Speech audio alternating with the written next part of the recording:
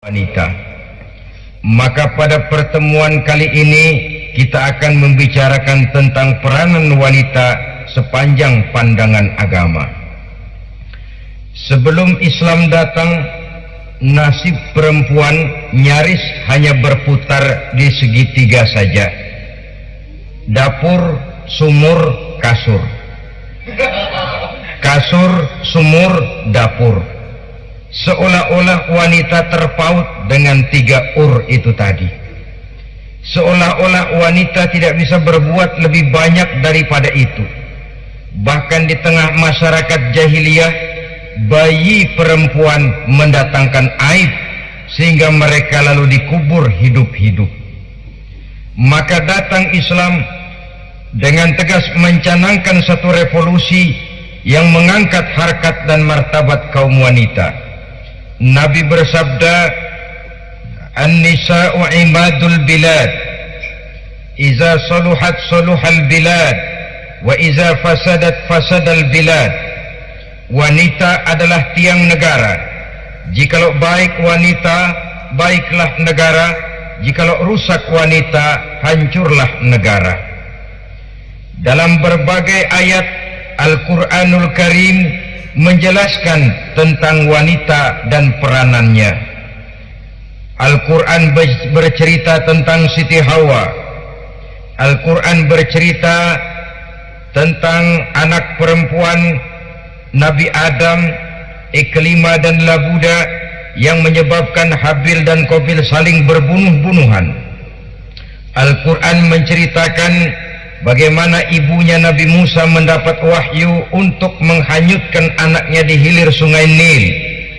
Al-Quran bercerita tentang Siti Maryam, ibu daripada Nabi Isa. Al-Quran bercerita tentang 2 putri Nabi Yusuf, yang akhirnya salah satunya menjadi istri daripada Nabi Musa. Pun Al-Quran bercerita tentang Ratu Balkis, seorang wanita yang menjadi penguasa di negeri Sabah, yang demikian besar pengaruhnya dan wawasannya. Dan banyak lagi Al-Quran menceritakan keadaan kaum wanita, sampai-sampai dalam Al-Quran ada satu surah yang dinamakan surah An-Nisa. Ini seluruhnya berarti bahwa Al-Quran telah menempatkan kaum wanita dalam satu posisi yang mulia dan terpuji.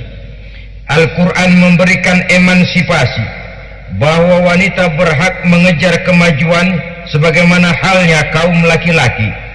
Tetapi sungguh pun demikian, Al-Quran tetap memberikan batasan-batasan sepanjang emansipasi itu tidak bertentangan dengan kodrat kewanitaan itu sendiri,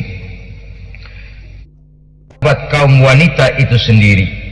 Seperti sebagian besar wanita ini, mereka berteriak menuntut tentang persamaan hak, tapi mereka melupa apa batasan daripada persamaan hak itu sendiri.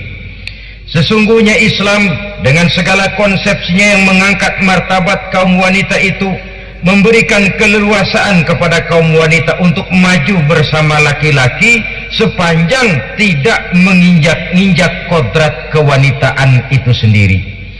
Kalau sudah sampai kepada menginjak kodrat kewanitaan, maka akan merendahkan martabat kaum wanita. Sebab apa?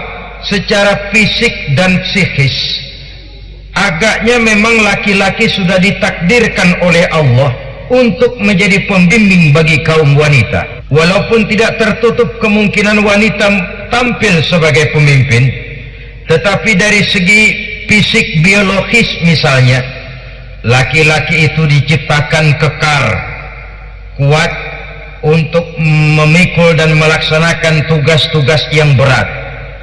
Sedangkan perempuan pada umumnya adalah lembut, ayu, lemot, denok, geboy, dan lain sebagainya. Maka kalau kita baca sejarah, Allah itu belum pernah mengutus rasul perempuan. Semua rasul laki-laki.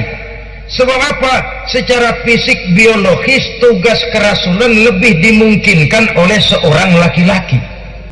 Oleh karena itu pada kesempatan ini kita akan mencoba melihat peranan wanita dari berbagai dimensinya. Yang pertama, peranan wanita sebagai istri adalah Rasul memilih istri pertamanya Sayyidatuna Khadijah radhiyallahu anha. Kalau pilihan utama beliau pertama kali nikah dengan Siti Khadijah, jelas itu pilihannya bukan karena kecantikan. Kenapa? Beliau nikahi Siti Khadijah dalam usia 40 tahun Khadijah dan 25 tahun Rasul. Statusnya janda pula. Kalau beliau seorang pemburu kembang, pemburu bunga, kenapa mesti nikah dengan janda berumur 40 tahun? Sedangkan beliau waktu itu masih berumur 25 tahun. Apa sasaran utamanya? Bisa kita lihat nanti setelah beliau diangkat menjadi Rasul.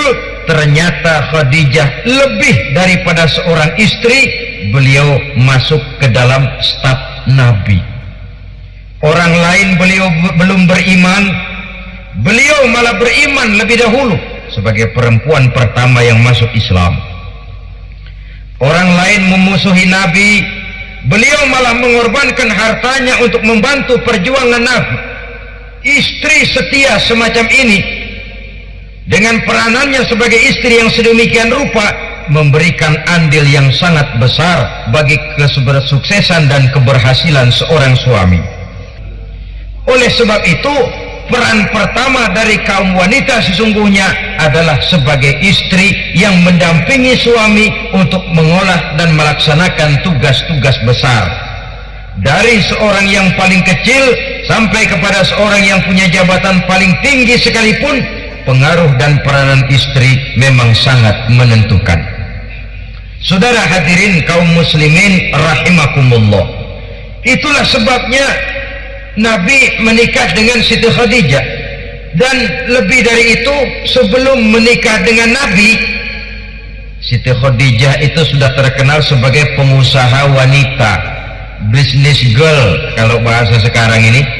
Bahkan jaringan-jaringan bisnisnya tidak hanya Mekah saja, tidak hanya antar kota, bahkan sudah antar negara, dari Mekah ke Syam, dari Mekah ke Madinah dan lain sebagainya, yang bahkan kita tahu Rasul pada mulanya pun ikut membantu perdagangannya Siti Khadijah radhiyallahu anha ini. Jadi kalau bercermin dari karier Siti Khadijah, boleh saja wanita bergerak di bidang bisnis, asal memang profesi, bukan karena dengan senjata dan modal kecantikan lalu membujuk dan merayu orang sampai telap sehingga bisnisnya berjalan lancar dengan jalan menjual kecantikannya. Tidak, bergerak di bidang bisnis yang memang profesinya di situ. Satu hari serombongan ibu-ibu pernah datang menghadap Rasul mengajukan satu resolusi, protes kalau bahasa kita sekarang. Ya Rasul, ada apa bu? Kalau laki-laki sih enak. Enak bagaimana? Iya, kalau orang laki-laki sholat, perempuan sholat. Laki-laki puasa, perempuan puasa. Laki-laki pergi haji, perempuan pergi haji. Laki-laki menuntut ilmu, perempuan bisa menuntut ilmu. Tapi kalau laki-laki pergi jihad, perang membela agama, kami perempuan tidak bisa ikut jihad perang di medan pertempuran. Padahal pahala jihad sangat besar dan kami ingin mendapat pahala jihad. Tidak adil kalau begini ya Rasul, izinkan kami pergi jihad. Saudara hadirin yang saya muliakan, ia memang kelihatannya makhluk yang lemah, tapi di balik kelemahannya itu sesungguhnya dia bisa menelan laki-laki yang bagaimanapun besarnya. Saudara-saudara kaum muslimin rahimakumullah, terutama ibu-ibu yang saya hormati, jadi peranan yang pertama wanita sebagai seorang istri. Yang kedua, wanita sebagai ibu. Ini juga sangat besar pengaruhnya dalam membentuk generasi masa yang akan datang. Bapak, oleh karena kesibukan tugasnya tentu lebih banyak di luar rumah. Yang nyaris 24 jam di rumah itu ibu. Bagaimana dia merawat anaknya, bagaimana dia menaruh perhatian terhadap anaknya, bagaimana ia melimpahkan kasih sayang kepada anak-anaknya, akan membentuk kepribadian anak dan artinya membentuk generasi yang akan datang. Kalau seorang ibu sudah cuek-cuek saja kepada anaknya, padahal Quran mengatakan al-jannatu tahta aqdamil ummahat, surga di bawah telapak kaki ibu. Hadis ini bisa kita artikan macam-macam. Pertama, anak tidak akan mendapat kebahagiaan tanpa ridho daripada ibunya. Kedua, ibu adalah wanita agung yang harus ditaati. Ketiga, neraka atau surga anak bergantung kepada ibu, bagaimana dia mewarnai anak. Kalau ibunya cuek-cuek saja sama anaknya, dan sering jadi contoh klasik, kalau anak ayamnya beduk maghrib belum pulang, satu RT dicariin, hansip diundang, kalau perlu dan ramil dilaporin.